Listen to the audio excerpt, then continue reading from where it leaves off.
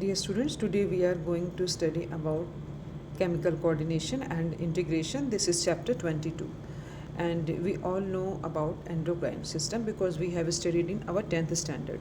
What is it? What is endocrine system? And as you all know that endocrine system is formed of all the endocrine glands of your body along with the nervous system of the body. Also nervous system भी आप पढ़ चुके हैं. तो it controls and coordinates the body function and maintains a balance, and balance को हम क्या बोल सकते हैं? होम्योस्टैसिस. तो so that you can say that it maintains a homeostasis inside your body. So endocrine system plus nervous system, they collectively form neuroendocrine system of your body. Neuro means nervous and endocrine means something related to hormones. तो endocrine system आप combined form में क्या बोलेंगे इसको? Neuro endocrine system. And they control and coordinate all the functions of your body collectively. So you can also tell that need of endocrine control arises because the nerve fibers do not reach all the cell of your body. है ना, कि आपको लगेगा कि if there are nervous system in our body जो सब कुछ control कर सकता है, you have studied in previous chapter, तो what is the need of endocrine system, है ना, इसकी क्या जरूरत पड़ गई है? तो क्योंकि आपके जो नर्व्स हैं they cannot reach all cells in your body, सब कहीं नहीं पहुंच सकते. तो for that you also require another system which can reach each and every part of your body, और you can say cell, so that the body can work accordingly.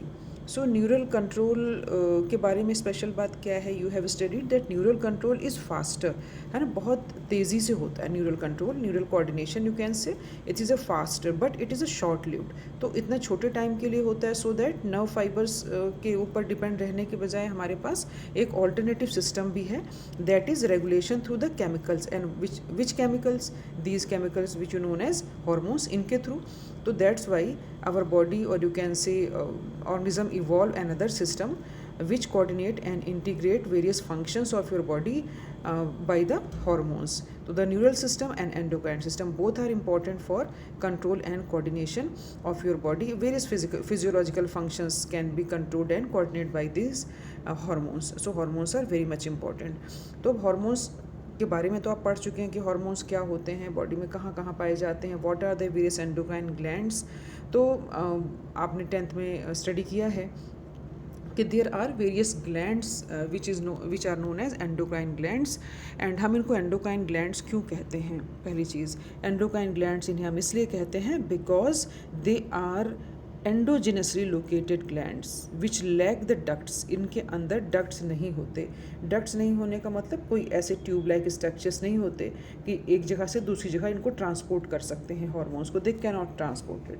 तो फिर क्या होता है? ट्रांसपोर्ट नहीं होता तो they are directly poured in the blood circulation through the glands. कोई भी ग्लैंड है, सपोज कर लो ये किडनी हो गई और इसके ऊपर पाई जाने वाली ये एड्रिनल ग्लैंड हो गई, तो इसने यहाँ से एड्रिनल ग्लैंड से निकलने वाले जो हार्मोन्स हैं दे can not be transported through the ducts. अब इसके लिए कोई डक्ट नहीं है कि इसमें जाएगा, ये डायरेक्टली कहाँ छोड़ दिया जाएगा? ब्लड में, directly pour into the blood. तो दैट मीन्स कि their secretion into the blood, release into the blood and for transportation to the target organ. Target organ means जिस ऑर्गन पर इसको काम करना है वहाँ पर ये ब्लड के थ्रू पहुँचता है, और उसके लिए कोई स्पेशल ग्लैंड्स के साथ वो नहीं है, ट्यूब्स नहीं हैं, और यू कैन से वेसल्स नहीं है कि जो इसको स्पेशली कैरी करके ले जा सके. तो the branch of science which deals with the study of endocrine glands and actions of hormone is known as endocrinology. आपने कभी सुना होगा endocrinology means उसमें क्या पढ़ते हैं?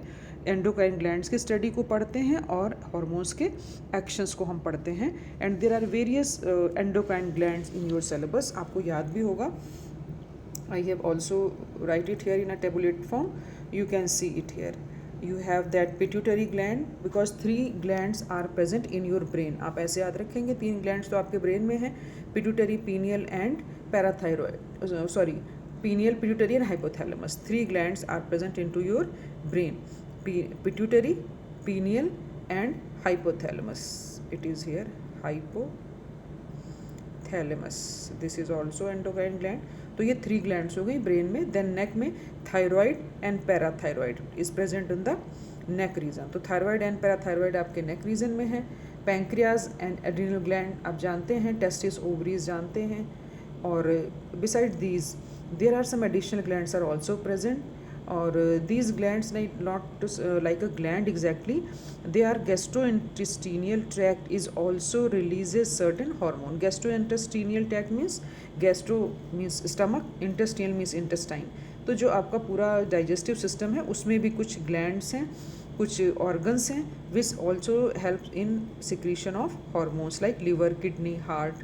They also produces hormone and little bit help in the regulation of the various kinds of physiological functions in your body. तो अभी हम ग्लैंड्स को पढ़ना स्टार्ट करते हैं वन बाई वन. तो first before we start the our first gland that is called hypothalamus, there are some special thing about these hormones which you have to consider also, that hormones are also called chemical messenger. आप बहुत जगह पे ये लिखा हुआ देखेंगे chemical messenger. That means ये कोई भी मैसेज हो वो मैसेज को यहाँ से वहाँ ले जाने का काम करते हैं. और इनको इंफॉर्मेशन मॉलिक्यूल्स भी आजकल न्यू बायोलॉजी में बोला जाता है. आजकल लोग बहुत बोलते हैं इसको, बजाय हार्मोन्स कहने के क्या बोलते हैं, इंफॉर्मेशन मॉलिक्यूल्स. अब न्यू साइंस है तो न्यू टर्म्स आते रहते हैं. इंफॉर्मेशन मॉलिक्यूल्स भी बोले जाते हैं. And they are non nutrient organic chemicals. Non nutrient means मतलब ये आपको न्यूट्रिशनली कुछ भी नहीं प्रोवाइड करते. जैसे हम कहते हैं विटामिन बी ले ली मैंने, विटामिन सी ले ली तो it will improve your health. तो ऐसा कुछ नहीं है. बस ये आपके बॉडी के रेगुलेशन में जो है, बहुत सारे फंक्शंस के रेगुलेशन में जो है वो हेल्प करते हैं. और एक हार्मोन है that is called gastrin hormone. तो जो ये गैस्ट्रिन हार्मोन है ये this is called as local hormone, क्योंकि इसका इफेक्ट बहुत ज़्यादा दूर तक नहीं होता है. And what is meaning of target organ? Target organ means जिस ऑर्गन पे इसका इफेक्ट जो है वो होता है. क्योंकि कई बार ग्लैंड कहीं पर सिचुएटेड होती है बॉडी में, वहाँ से हार्मोन निकले और उसने असर कहीं पर और किया जा करके, तो उसको बोलते हैं टारगेट ऑर्गन को. Now important thing which is not given in your book but I would like to tell you about that first hormone discovered was secretin. ये क्वेश्चन कॉम्पिटिशन्स में बहुत आता है, so इसलिए I am going to tell you about this secretin. Secretin is the hormone which is first discovered by the duodenum. duodenum सभी जानते हैं, duodenum से. और William M Bayliss and Ernest H Starling ने इसको डिस्कवर किया था. तो आप शॉर्ट में इनका सरनेम उठा सकते हैं, तो आप बोल सकते हैं बेलिस एंड स्टर्लिंग, क्योंकि इंपॉर्टेंट नेम है ये बायोलॉजी में, आपको काम आते रहेंगे. तो they have discovered. And Starling जो थे ये इन्होंने सबसे पहले टर्म दिया था hormone. He told that these chemicals are known as hormones. And hormones has both kind of effect. Both kind means effect होते हैं बच्चों दो टाइप के. One is called stimulatory effect and another is the inhibitory effect. What do you mean by stimulatory effect? Means किसी चीज़ को stimulate करना, and inhibit means रोकना. तो कुछ हार्मोन्स होते हैं जो वेरियस बॉडी फंक्शंस को रोकते हैं, एंड कुछ जो होते हैं वो स्टिमुलेट करते हैं, दैट मीन्स उनको सिक्रीट करते हैं. तो आपको पता है कि if these hormones are going to coordinate your body system, है ना, कोऑर्डिनेट कर रहे हैं या रेगुलेट कर रहे हैं आपके बॉडी सिस्टम को, तो इट्स वेरी ऑब्वियस कि उसमें चीज़ों को बढ़ाने और घटाने दोनों की कैपेसिटी होनी चाहिए. If you want to control anything, जैसे आप एक्टिवा चलाते हैं तो आपको पता है कि आपके पास ब्रेक भी होता है और आपके पास एक्सीलरेटर भी होता है, so that you can control the speed according to your need. In the same way hormones are also two types. One stimulates the gland कि भाई निकालने हैं ये हार्मोन, सिक्रीट करने हैं. Another stops और inhibits कि नहीं निकालने हैं या नहीं करने हैं हार्मोन, बॉडी को नहीं चाहिए. Then come to the kinds of hormone, मतलब on the basis of chemicals. अब आप कैटेगरीज में बांटोगे हार्मोन्स को, because these are the chemicals. तो केमिकल्स तो किसी न किसी कैटेगरी में आप डालोगे ना. तो hormones on the basis of their chemical composition you can divide it into 4 categories. First are the amino acid. मैं short में लिख रही हूँ amino acid, AA. Amino acid derivative hormones, इनके बने हुए हार्मोन्स होते हैं जिसमें अमाइन ग्रुप, आप जानते हैं, you all know that this is amine group, ये प्रेजेंट होता है. And in this category there are 2 hormone which secrete from the adrenal gland that are epinephrine, you have heard the name, and norepinephrine. And also there is one hormone that is called melatonin secreted by the pineal gland. Melatonin secreted by the pineal gland, and these two from the adrenal gland. तो these hormones are, अगर chemically आप इनको देखने जाओगे तो these are amino acid derivatives के हैं ये, इसमें अमाइन ग्रुप होता है केमिकली इनमें। Now next come to the iodothyronines. Iodothyronines I have written here NINES. These are iodine containing hormones and tyrosine derivative. Tyrosine अगर आपने नाम नहीं सुना तो नेक्स्ट ईयर आप सुन लोगे इन 12th। Tyrosine is also kind of amino acid, तो उसके डेरिवेटिव्स होते हैं ये, आयोडीन कंटेनिंग होते हैं। आयोडीन से you can easily recall the only hormone you know is thyroxine, जिससे ग्वाइटर हो जाता है, ठीक है। Thyroxine hormone secreted from the thyroid gland, obviously आप जानते हैं इस चीज़ को। Next come to the very important category that is called steroids hormone. Steroids hormone बहुत इंपॉर्टेंट है क्योंकि फैट सॉल्युबल होते हैं एंड इनमें प्रेजेंट होता है स्टीरोल ग्रुप। स्टीरोल, केमिस्ट्री भी थोड़ी पढ़ लेते हैं। स्टीरोल ग्रुप इसके अंदर होता है and they are derivatives from the cholesterol, CHOLESTEROL, cholesterol. अब what are the hormones? There are few hormones which are also released by the adrenal cortex that are called cortisol. If I change the color, they are cortisol, aldosterone, and another is cortisone. Here I can write cortisone. These kinds of hormones, and some hormones also which are released from the testis, that is called testosterone. Again मैं इसके ऊपर ही over writing कर रही हूँ, testosterone. And the hormone which secreted from the ovaries, that is progesterone. I remove it so that you can easily understand. Ovary से निकलने वाले hormone आप जानते हैं, progesterone and ईस्ट्राडियोल।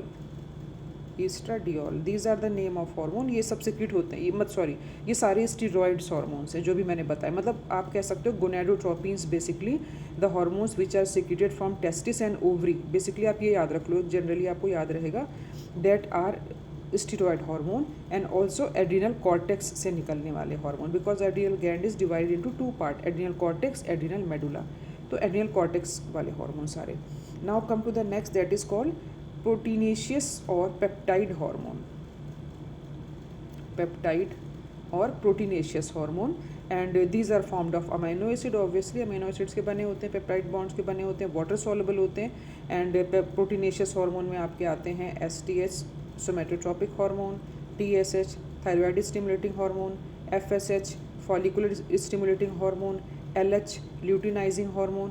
These all hormones are secreted from the pituitary gland. Anterior part of pituitary gland से secrete होते हैं ये सारे हार्मोन्स। तो एक कैटेगरी तो इसमें ये हो गई, एंड इसी में एक सेकेंड कैटेगरी और भी है, that is called long peptide hormone. These are called long peptide hormone. आप प्रोटीनेशियस हार्मोन में भी इसको रख सकते हो, that is ACTH, adrenocorticotropic hormone and parathormone. This is also a hormone, parathormone. And another is the oxytocin, posterior pituitary से release होने वाला हार्मोन है बच्चों ये ऑक्सीटोसिन।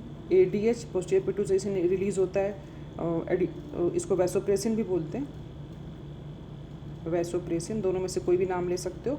और MSH, फिर से मैं लिखती हूँ दोबारा से, MSH, melanocyte stimulating hormone. These all hormones are secreted, these all hormones are proteinaceous and peptide hormone in nature. So this is a brief account on the chemical nature of hormone. You need not to learn all these things, but the hormone which are in your syllabus, you must know about the chemical nature of that. तो थोड़ा सा extra पढ़ने में कोई बुराई नहीं है, तो जितने आपके सिलेबस में है वो आपको पता हो जाएंगे। So now we got into conclusion, है ना, that hormone and nervous system control and coordinates the body function and work in coordination to maintain a balance condition, और you can say homeostasis in your body. तो ये चीज़ हमको समझ में आ गई।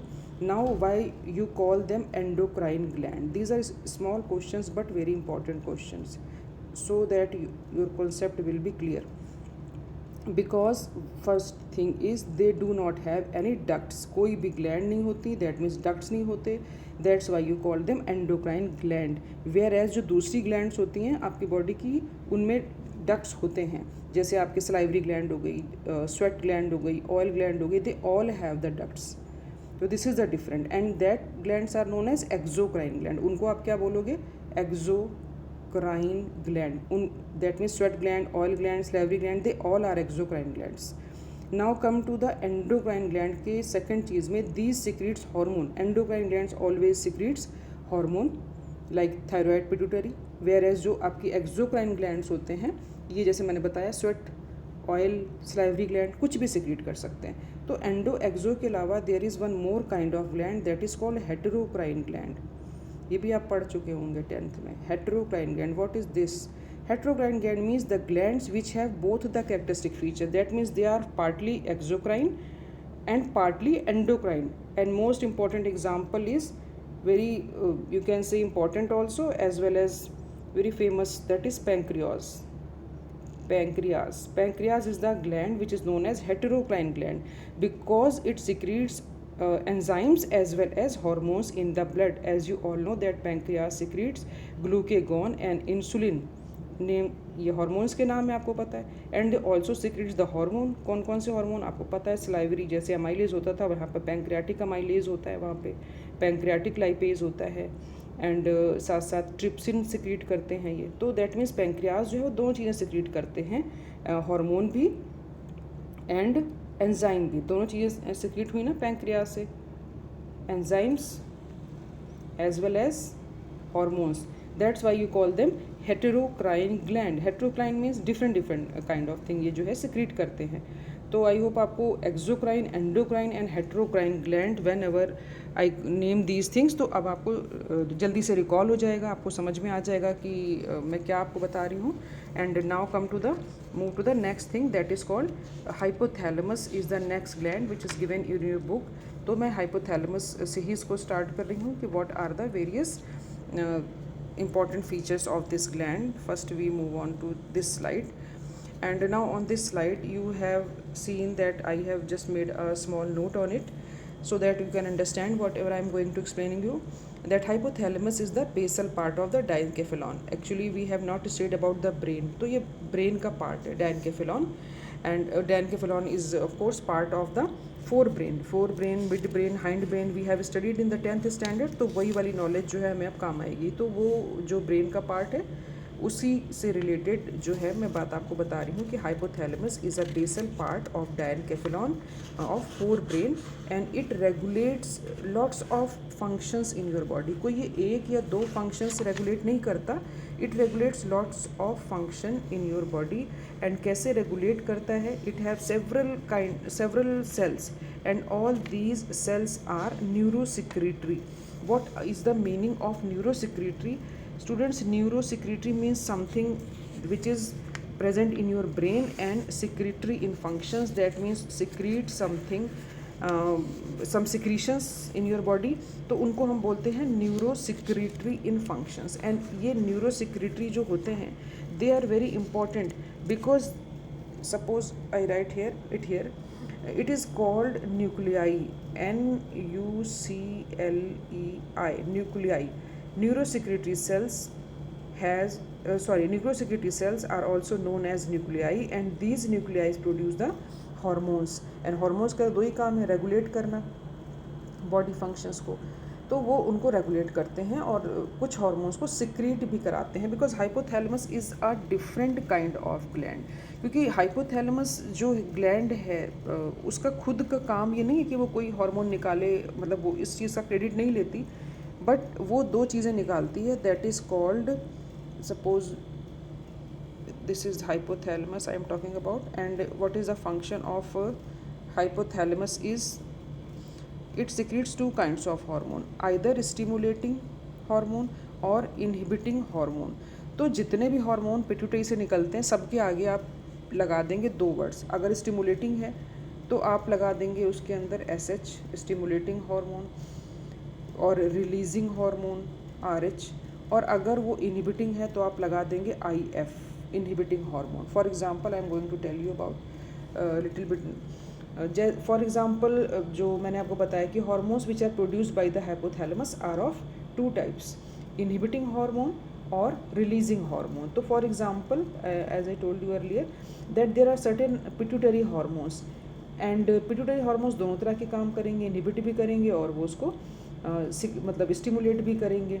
तो स्टिमुलेशन वाला फंक्शन करने के लिए और इनहिबिशन करने के लिए डिफरेंट हार्मोन्स हैं। तो there is a first example that is hypothalamic hormone known as gonadotropin. You have heard the word gonadotropin. Gonadotropin means something which helps in release hormone from the gonads, testis and ovary से निकलता है जो। तो gonadotropin, इसको short में हम लिखेंगे आगे से G N small R H, ये ऐसे लिखा जाता है in the form of symbol. तो GnRH it stimulates the pituitary gland. किसको स्टिमुलेट करेगा? GnRH it stimulates the pituitary gland. अब पिट्यूटरी ग्लैंड को ये स्टिमुलेट करेगा and pituitary gland starts secreting hormone, and वो पिट्यूटरी ग्लैंड जो है वो गोनेडोट्रोपिन्स को बनाने में, सिंथेसिस करने में हेल्प करती है। तो hypothalamic hormone called gonadotropin releasing hormone. Again I am going to explain you if you could not understand the concept that students, hypothalamus is a gland। उसका काम है सिर्फ दो तरह के हार्मोन निकालना। खुद वो इसके हार्मोन जो हैं वो फंक्शंस नहीं करते, either it secretes releasing factor और इट रिलीजेस इनहिबिटिंग फैक्टर। तो जो सी भी ग्लैंड है, suppose this is pituitary gland, ये यहाँ पर पिट्यूटरी ग्लैंड है हमारी। अब इस पे दोनों आए, रिलीजिंग फैक्टर भी आया और इनहिबिटिंग फैक्टर भी आया, तो दोनों के फंक्शन हैं पिट्यूटरी ग्लैंड पे। तो रिलीजिंग फैक्टर जब पिट्यूटरी पर पड़ा तो उसने हार्मोन रिलीज़ किया, और जो स्टिमुलेटिंग इफेक्ट है दैट इज कॉल्ड गोनेडोट्रोपिन, इस पे उसने वर्क किया, गोनेडोट्रोपिन पे, hypothalamic hormone that is called. तो अब इसको हम बोलेंगे कि इसने गोनेडोट्रोपिन रिलीजिंग हार्मोन निकाला। इस वाले ने, इसने कौन सा हार्मोन निकाला? Gonadotropin releasing hormone, and it stimulates the pituitary gland. इसने पिट्यूटरी ग्लैंड को स्टिमुलेट्स किया, पिट्यूटरी को, और ये सिंथेसिस एंड रिलीज करेगा गोनेडोट्रोपिन्स को। फॉर एग्जांपल हाइपोथैलेमस है, उन्हें सेकंड जो इनहिबिटिंग हार्मोन निकाला, तो hypothalamus inhibit the release of growth hormone from the pituitary. तो ये निकालेगा ग्रोथ हार्मोन का जो शॉर्ट फॉर्म में होता है GH, तो इसको ऐसे लिखोगे आप GHIF, मतलब इसने हार्मोन निकाला हाइपोथैलेमस ने, ये वाला ग्रोथ हार्मोन इनहिबिटिंग फैक्टर, ये वाला हार्मोन। तो ये हार्मोन मतलब ये जो निकला ये कहाँ गया? ये पिट्यूटरी पे गया, और पिट्यूटरी ने फिर क्या किया? पिट्यूटरी ने यहाँ से जो हार्मोन निकालेगा वो इनहिबिट करेगा ग्रोथ को। तो पिट्यूटरी ने निकाला सोमैटोस्टैटिन, ये हार्मोन निकाला पिट्यूटरी ने, एंड दिस सोमैटोस्टैटिन ग्रोथ को रिलीज मतलब रिड्यूस करता है, कम करता है, रोकता है, इनहिबिट करता है, यू कैन से। तो hypothalamus can inhibit, in short you can understand that hypothalamus is a master. वो आगे किस ग्लैंड को कौन सा हार्मोन रिलीज़ करना है या नहीं करना है वो बताता है। फॉर एग्जांपल जैसे मैंने अभी आपको बताया था कि हाइपोथैलेमस ने पिट्यूटरी को मैसेज दिया कि तुमने ये हार्मोन निकालना है। फॉर एग्जांपल मैंने बताया गोनेडोट्रोपिन गोनेड से रिलीज़ करने हैं, तो पिट्यूटरी को वो मैसेज क्या देगा? पिट्यूटरी को मैसेज देगा कि यू रिलीज़ GnRH ये मैसेज देगा, GnRH और RF releasing factor, means release करो जाके तुम। तो ये पिट्यूटरी ग्लैंड जो है फिर क्या करेगी? ये हार्मोन को रिलीज़ करेगी जो गोनेडोट्रोपिन्स हैं। सेम वे अगेन हाइपोथैलेमस ने क्या किया? हाइपोथैलेमस ग्लैंड है, इसने एंजाइम निकाला ग्रोथ इनहिबिटिंग IF, ऐसे लिखा जाता है ये हार्मोन। ये इसको आप कहोगे ये पिट्यूटरी का हार्मोन हुआ, ठीक है, पिट्यूटरी नहीं, हाइपोथैलेमस का। तो hypothalamus secretes GHIF growth hormone inhibiting factor. अब ये पिट्यूटरी को मैसेज मिला तो पिट्यूटरी ने हार्मोन निकाला, कौन सा? सोमैटोस्टैटिन, और ये क्या करता है? ग्रोथ को रिड्यूस करता है, कम करता है। तो in this way it gives only the messages कि whether you should release the hormone or you should inhibit the secretion of the hormone. This is the function of the hypothalamus, क्योंकि hypothalamus खुद कोई hormone नहीं निकालता. कभी भी आपने नहीं पढ़ा होगा अब तक कि hypothalamus ने ये हार्मोन रिलीज़ किया. बट बेसिकली होता क्या है स्टूडेंट्स कि these hormones actually formed into the hypothalamus also, because hypothalamus, or you can say brain, it is also made up of neuron. तो hormones basically formed in the hypothalamic neurons. neurons भाई वहाँ भी होते हैं, hypothalamus में भी neuron हो सकते हैं. तो ये बेसिकली हार्मोन बनते तो यहाँ पर हैं, बट दे ट्रैवल करके ये आ जाते हैं एक्सॉन के थ्रू यहाँ पर देन एंडनॉब, और एंडनॉब से ये हार्मोन्स रिलीज हो जाते हैं. तो we can say that these hormones basically originate in the hypothalamic neurons, that means neurons which are present into the hypothalamus, and through the axons, that means this region, they reached to the nerve endings, that means this region, and these hormone reaches to the pituitary gland through a blood circulatory system, or you can say portal system, and regulate the various functions of the anterior pituitary, and also they have under the direct control of or regulation of the hypothalamus. So that means control सारा pituitary का किसके पास है? hypothalamus के पास, क्योंकि hypothalamus अगर चाहेगा तो इसको ऑर्डर देगा pituitary को कि तुमने रिलीजिंग फैक्टर निकालने हैं, मीन्स निकालना है, या तुम्हें इनहिबिट करना है, मतलब तुम्हें नहीं रिलीज करना है हार्मोन. तो this kind of functions are governed by the hypothalamus and all that. So in this lecture I have just given you a brief account on the hormones also, and a very small gland, that is hypothalamus. In next lecture we will discuss about pituitary gland, that is a very important gland in your syllabus. So till then you have to revise all the things which you studied today.